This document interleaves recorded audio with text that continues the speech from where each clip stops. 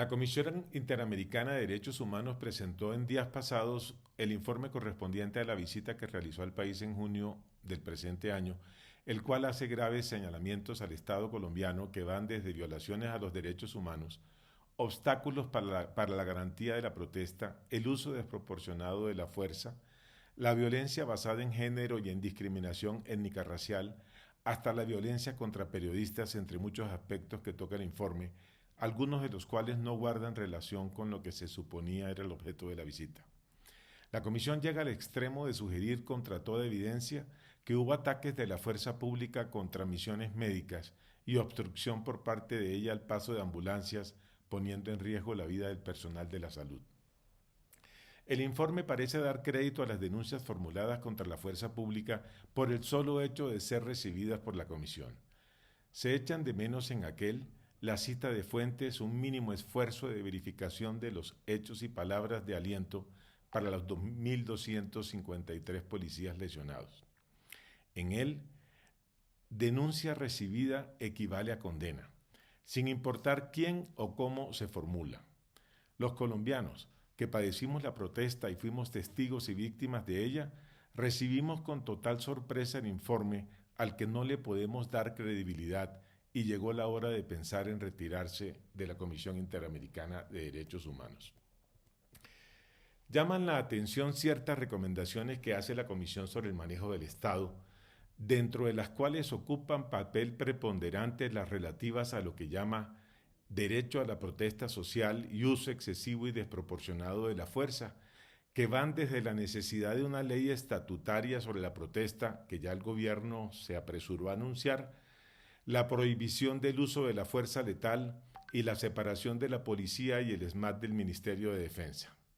No repara el informe, por ejemplo, que por mandato constitucional la Policía Nacional es cuerpo armado de naturaleza civil y que la Asamblea Constituyente de 1991, luego de honda deliberación, resolvió mantenerla dentro de la estructura del Ministerio de Defensa. No puede existir temor reverencial a la hora de analizar estas recomendaciones de la Comisión Interamericana de Derechos Humanos.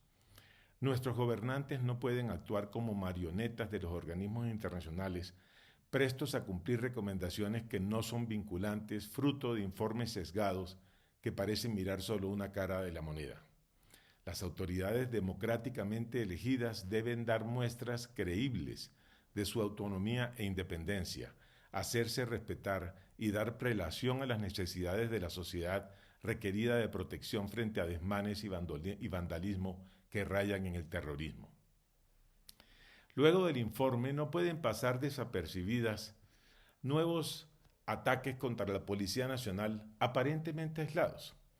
El pasado 30 de agosto un grupo de congresistas presentó un proyecto de ley al Congreso para reformar la Policía Nacional y dejarla sin dientes. Y, qué curioso, días después, el 9 de septiembre, la alcaldesa Claudia López plantea una reforma estructural de la policía con propósito que se advierte similar. Ella, que no ha podido o no ha querido preservar el orden público en Ciudad Gótica, como llaman a la capital en redes sociales y en columnas de opinión, que se ha mostrado inerme para controlar la exacerbada violencia que se presenta en ciertas zonas en las que abunda el microtráfico de drogas, que ha adoptado actitudes erráticas frente a la llamada primera línea, ahora, al borde del llanto, como lo afirmó un prestigioso diario, plantea minimizar a la Policía Nacional y separarla del Ministerio de Defensa. Para la alcaldesa y ciertos grupos, no bastan decisiones cuestionables de la Corte Constitucional, la Corte Suprema de Justicia y el Consejo de Estado, que han impuesto importantes restricciones al accionar de la Policía Nacional y que no reparan, por ejemplo, en que Singapur tuvo necesidad de acudir a medidas radicales, duras, para erradicar la ola de inseguridad en que se movía hace 50 años. La percepción de inseguridad está en aumento y la puesta en libertad de delincuentes y vándalos detenidos en flagrante ha contribuido enormemente a afincar esa percepción. El sistema judicial, cuya imagen negativa bordea el 86%, no puede ser indiferente a esa situación y necesita actuar conjuntamente con la Fiscalía para revertir esa imagen asegurar con sus fallos que no existe impunidad y no se auspicie la violencia callejera, ni la destrucción de bienes, ni la afectación de sectores económicos. El costo de 14 billones que representaron las recientes marchas y el vandalismo ejercido bajo el amparo de aquellas avivó la pobreza y la desigualdad social ya bastante acentuadas con la pandemia. Ese costo equivale al de una reforma tributaria e implica un retroceso demencial en un país que necesita revivir su economía y crear nuevas fuentes de trabajo. El gobierno nacional debe ser consciente de que a él le corresponde más que a nadie preservar el orden público y fortalecer la Policía Nacional. Esa responsabilidad no se puede evadir sobre pretexto de que es tarea de las autoridades locales o regionales, que no lo es solamente. La ciudadanía debe estar muy atenta para oponerse a reformas que no fortalezcan a la Policía Nacional o que la debiliten.